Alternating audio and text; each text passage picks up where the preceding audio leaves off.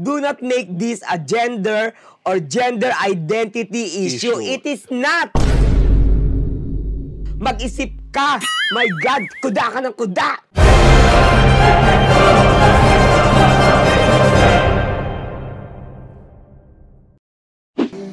아침을 깨우는 네 목소리 머리를 빗는 네 빗소리 밖엔 비가 오나 봐 들리는 빗방울들이 땅에 떨어지는 Ang pag-uusapan po natin sa Medium Chikahan ay tungkol kay Ice Guerra na pinagtatawanan ngayon sa social media kasi nga pinagtatanggol nito ang drag queen na si Pura Luca Vega.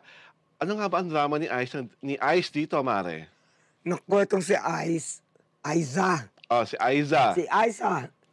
Kasi, parang galit na galit siya. Kinasuhan si Si Pura. Si Pura Luca. At meron pa siyang arya. Sabi din sa mga lawmakers, asa ng separation of church and state. Sabi niya. Ganon. Oo, mali ang pag-unawa niya dun sa Bago natin expound further kung ano yung separation of church and state. Nakakuha kami ng definition. Ano ba ang ibig sabihin ng the separation of church and state para po sa dagdag kaalaman nating lahat. Ayon sa aming pagsasaliksik, the separation of church and state prohibits the state from interfering in church matters and prohibits the state from having a state religion. It does not imply a division between belief and public actions, between moral principles and political choices. So parang yung sinasabi ni Aiza, obviously, hindi niya rin alam yung ibig sabihin ng separation of church and state. Dahil ang ginawa naman ni Pura Luca ay something na parang kailangan hindi pa kailaman ng Estado o ng batas kasi nga meron siyang na-offend sa kanyang ginawa. Ang lumalabas kasi sa statement ni Aiza, unang-una, parang ang issue ginawa niyang gender-based. Okay. Diba? Just because Pura Luca is a member of the LGBTQ community. Oo. Parang, napakabilis ng pangyayari, napakabilis na pagdidemanda, napakabilis na aksyon. Diba? Parang ang bottom line, para po ang gustong sabihin siguro ni Aiza is because bakla si Pura Luca, kaya agad-agad umaksyon. No, Aiza, o Ice, whatever. Tawag dito, hindi yun ganon. Kasi ikaw, mema ka lang eh. Diba? Mema sabi ka lang eh. Akala mo nagtatali-talinuhan ka eh. Diba? Ito ang punto, Day. Una-una, hindi gender-based ang issue dito. Diba? May ginawa siya. Yung ginawa niya, merong sa Constitution. May parameters yun sa Constitution, di ba? Nasa Constitution yun, di ba? May yun eh. May constitutional element yun eh, di ba? Na ginawa niya. To some and to many, that was blasphemous. Di ba? That was sacrilegious ba yun? Di ba? Ganon. Di ba? Kaya siya kinasuhan. It is without regard to his gender or to her gender whatsoever. Di ba? Yun ang hindi mo naintindihan. Akala mo, porket bading siya, ura-urada kinasuhan siya. No, it's not like that. Do not make this a gender or gender identity issue. It is not a gender or gender identity issue. Mag-isip ka. My God, kuda ka ng kuda. Parang kang loko-loko dyan. Diyos ko, you think before you speak. Diba? Parang akala mo kung sino ka matalino. Diyos ko, Day. Diba?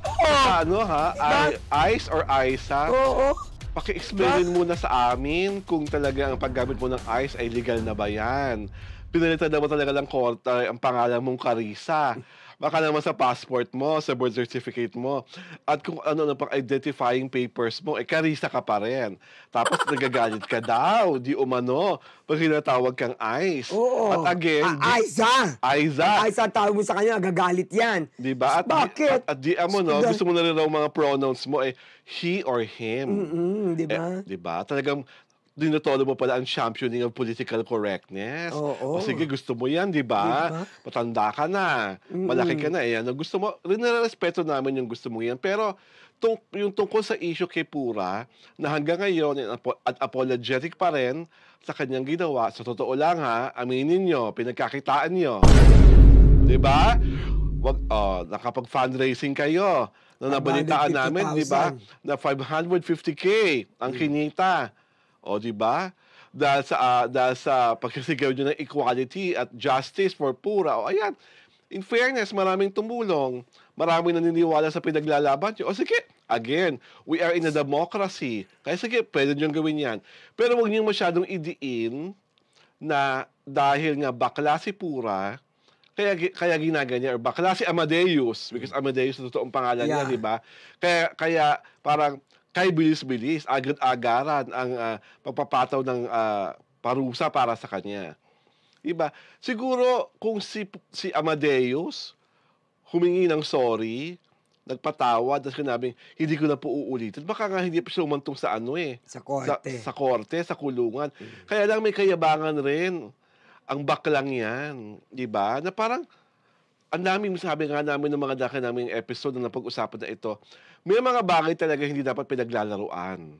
You don't make a mockery out of religious icons. Gawin mo sa ibang religion. Pagka hindi, ay nako, die. Subukan mo ginawa mo yan sa mga Muslim. Ewan ko lang kung sa kulungan ka makikita. Diba? At saka itong Aisa ha, nakakaloka.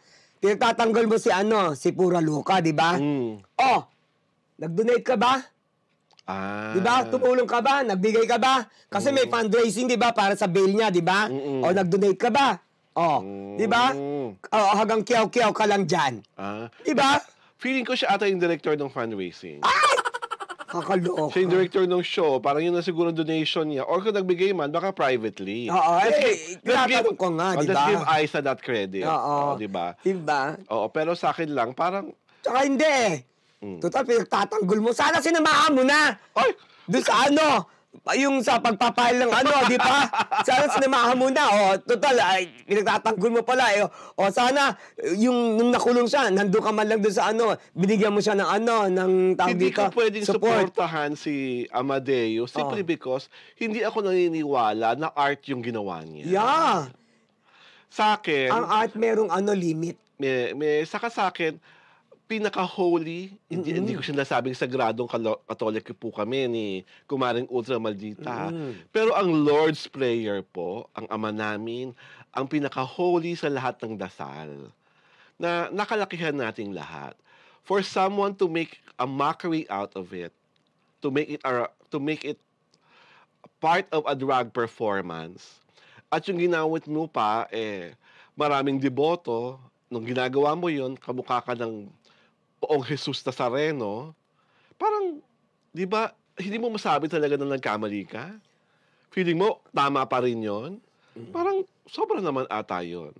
Ako naman, I believe that artistry negates its very essence when it is used or it is used improperly or abused. Yes. Ganun lang yun. Clap. Diba? Tama yan. Ganun lang yun, Day. Oo. Ngayon, you have to be very discerning of your art. Diba? I think you're so matalino naman. Yes. Diba? I think you have something in between your ears naman. Diba? The point is, you did not use what you were given. What you were gifted. Kumbaga, your common sense went out of the window kung feeling mo nagpapaka-artist ka sa iyong Our Father performance. Diba? Tapos, ang drama mo pa, ang yabang mo pa. Nagmamaganda ka, hindi ka naman kumikilos ng ayon sa iyong ganda. Wala ka naman palang makeup, Amadeus ka pala talaga. At saka hindi nagyayabang ka, mataray ka, mataas ka. Tapos hingi ka na sa klolo. Yes. Hingi ka ng di ba? Crowdfunding ba yun? Kayo, di ba? Kakatawa ka. Fan sourcing. Oo, fan sourcing. Hindi naman kaya talagang ginawa niya ito, parang alam mo na, kumita ng maraming dato. Ewan ko sa kanya. Alam mo yan, parang repurposing. Charot! Di ba? Parang repurposing, di ba? Akala mo lang, pero siya nakaisa, Day. Di ba? Yes. Ano yan Alam mo tawag dyan? Ito ang perfect example. Blessing in disguise, charot! True. Di ba? Di ba? Yes. the negative you turn into positive one. Oo, di ba? Di ba? Dahil sa Ang ending. Dahil kumita ka lang 500,000, mura, kinabang mo si Yexel Sebastian. Ay, na nakataka. Nagpunta sa ibang bansa. Talaga ito mga kasama? Oo. Nagpunta ng Japan, silang mag-asawa para takbuhan ng kanilang whatever is that. Ay, parang hindi naman daw. Ay, ewan ko sa kanila. Basta pare-pareho kayo mambubudol. Ewan ko sa inyong lahat. And on that note, ito po si Arwen Ignacio, the diva that you love. Kasama kong kumaring Ultra Maldita. Hi, this is Alex Brosas. Ito po ang The TT Show, Tarayan at Talakayan Showbiz Edition.